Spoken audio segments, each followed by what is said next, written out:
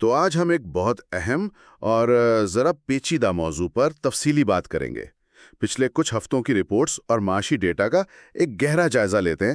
مقصد یہ ہے کہ ان عالمی اور مقامی حالات کو بالکل آسان لفظوں میں سمجھا جائے۔ بالکل، اور یہ تفصیلی جائزہ اس لیے بھی ضروری ہے کیونکہ آج کل جو کچھ ہو رہا ہے مطلب اس کا سیدھا اثر ہر چیز پر پڑ رہا ہے۔ صحیح، تو شروعات کرتے ہیں اس عالمی صورتحال سے۔ مطلب اسرائیل اور ایران کے تنازع کو دوسرا ہفتہ ہو گیا ہے اور عالمی مارکیٹ میں ایک طرح سے تہلکہ مچا ہوا ہے۔ ہمارے پاس جو ڈیٹا ہے اس کے مطابق خام تیل 2 سال میں پہلی بار $90 سے اوپر چلا گیا ہے، اور $90 تو چلے ایک فگر ہے، لیکن اصل میں جو مارکیٹ رپورٹس ہیں ان میں یہ خدشہ ظاہر کیا جا رہا ہے کہ اگر سپلائی چین اسی طرح متاثر رہی تو یہ قیمت $150 تک بھی جا سکتی ہے، جو کہ ایک بہت بڑی چھلانگ ہوگی۔ $150 یہ تو واقعی پریشان کن ہے، کیونکہ اس کا اثر مقامی سطح پر فوراً نظر آتا ہے، جیسے $55 کا جو حالیہ پیٹرول بم گرا ہے۔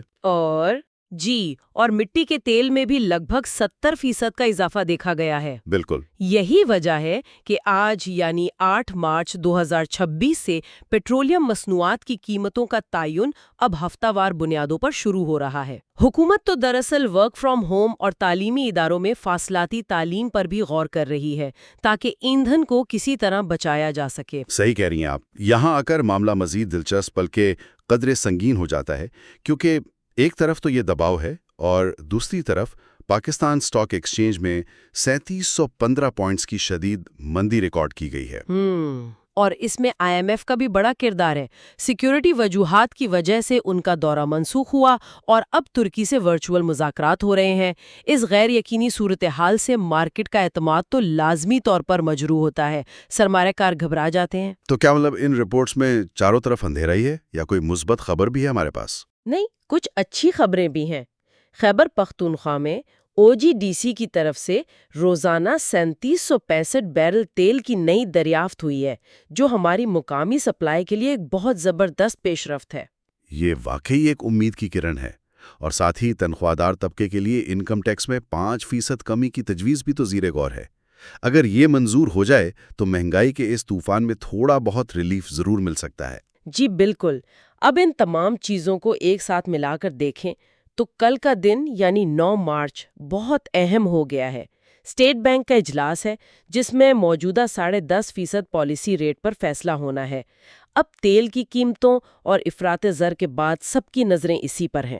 تو اس 10.5% ریٹ کا اور یہ جو کل میٹنگ ہے، اس کا عام معیشت پر کیا مطلب نکلتا ہے؟ اس کا سیدھا مطلب یہ ہے کہ اس تمام تر تہلکے کے باوجود کچھ مالیاتی سیکٹرز بہت فائدے میں ہیں۔ NBP فائنینشیل سیکٹر فنڈ کی مثال ہمارے سامنے ہے، جس نے پچھلے 3 سالوں میں 465% منافع دیا ہے۔ 465%؟ یہ تو بہت زیادہ ہے۔ ایک طرف پوری مارکیٹ دباؤ میں ہے اور دوسری طرف اتنا منافع کیسے بن رہا ہے؟ اس کی وجہ بڑی سادہ ہے۔ اسٹیٹ بینک اگر کل ریٹ بڑھاتا ہے تو بینکوں کا پروفٹ مارجن سیدھا اوپر جائے گا، اور اگر ریٹ برقرار رکھتا ہے تو گورنمنٹ بانڈز کی ویلیو بڑھ جائے گی، جس کا فائدہ بھی بینکوں کو ہی ہوگا۔ مطلب دونوں صورتوں میں مقامی بینکنگ سیکٹر منافع میں ہی رہے گا۔ یہ تو واقعی ایک مختلف پہلو ہے جو عام طور پر نظر انداز ہو جاتا ہے۔ خیر، اس گہرے جائزے کو ختم کرنے سے پہلے ایک بہت اہم سوال سامنے آتا ہے جو ان تمام رپورٹس کا نچوڑ بھی ہو سکتا ہے۔ جی، وہ کیا؟ وہ یہ کہ اگر روایتی مارکیٹس اسی طرح غیر یقینی کا شکار رہیں، توانائی کا بحران مسلسل بڑھتا رہے اور ہر طرف دباؤ ہو، تو کیا حال ہی میں منظور ہونے والا ورچوئل ایسٹس ایکٹ 2026 آنے والے وقت میں معاشی استحکام کا واحد متبادل راستہ بن جائے گا؟